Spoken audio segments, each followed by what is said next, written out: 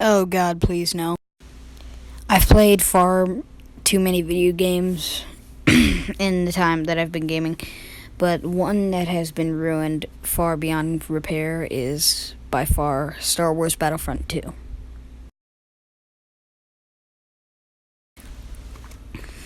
Of course, we're starting off with the hype.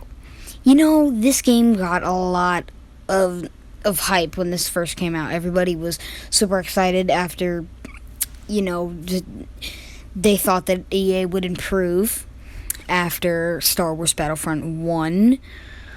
But and after for a while I actually believe that too. They did good. But then the incident happened. If you don't know what I'm talking about them implementing microtransactions, loot box systems, and everything, and building the game around it. This obviously started some backlash. You know, after a while, people just despised EA. I mean, come on. There's Reddit pages making fun of them. They even memed their own front page, and I'll show you that in a second. In the next category, but yeah, right. Look at this trailer. I mean, how can you not get it hyped from this trailer? It's Master Yoda, for God's sakes, and Rey and Kylo Ren. Actually, those weren't pretty exciting, to be honest. But you know, X-wing fights in space. This game looks gorgeous, but it's the system. They do, and soon the marketing. I mean, come on, it's just a game. It's a cheap gimmick that they used that they call the change scam. Now, what they will do is they will screw you over less than you would expect them to. Okay, the incident. Where do I even begin? Okay, let me just get to the long and quick of it. EA was caught bribing moderators on Reddit, trying to control the feedback of their game. So essentially, they were taking control of all of the feedback on the 8th most visited site in the world. Just think about that for a second. The 8th most visited site, and you think that nobody would find out about you bribing the moderators on it. Seems pretty stupid, right? Yeah, I know, 'cause it is. God, I can't stand talking about this game. This microtransaction systems. Anyway, yeah, they were caught bribing the moderators. They tried to make it seem like they weren't going to implement microtransactions and loot boxes into this, but they ended up doing that anyway. And you know, that obviously got people mad. And it's just so sad to see a company like EA do this. They use they use a system called the changes scam. They say that they're gonna change, and it's to make the outrage outdated, which is, you know, how. Okay, I'm just getting mad even talking about this, but you know, and they were already caught defending an always online game and all that other good stuff, but it's just so sad. Like, EA could be the best company, like graphics and all, but they just won't because of greed, and that's sad to me. God, loot boxes. The system that ruined this game as a whole.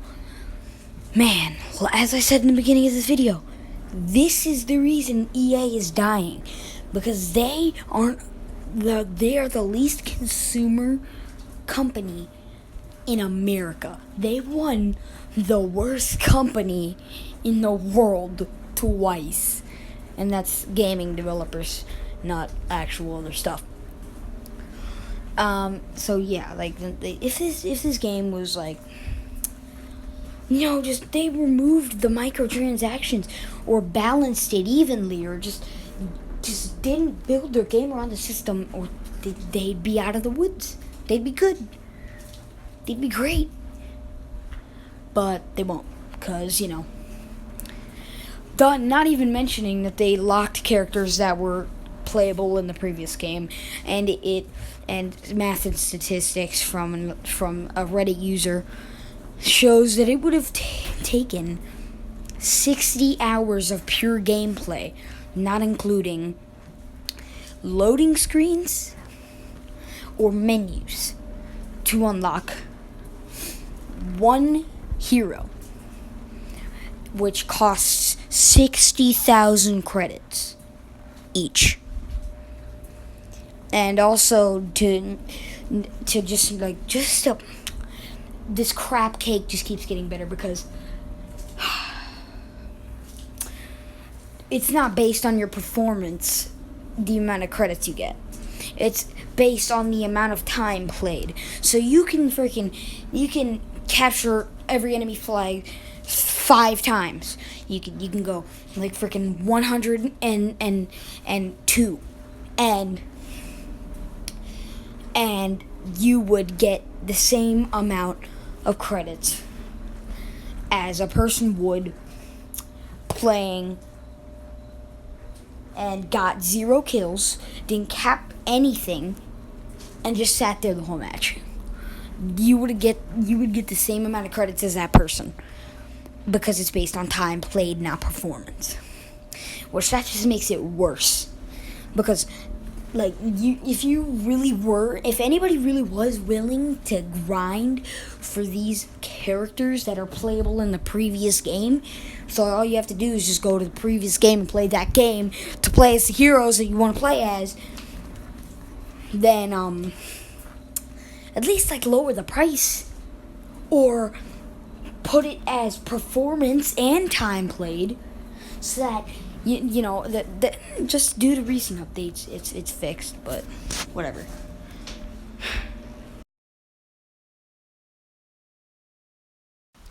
So essentially, the downfall of this game was just EA's greed, and that it's okay. Just to be honest, this game is now fixed. They gave up all this microtransaction bullcrap. It's done. But it doesn't mean that this game is completely fixed. There's still microtransactions, but it's just not as bad as it was. So,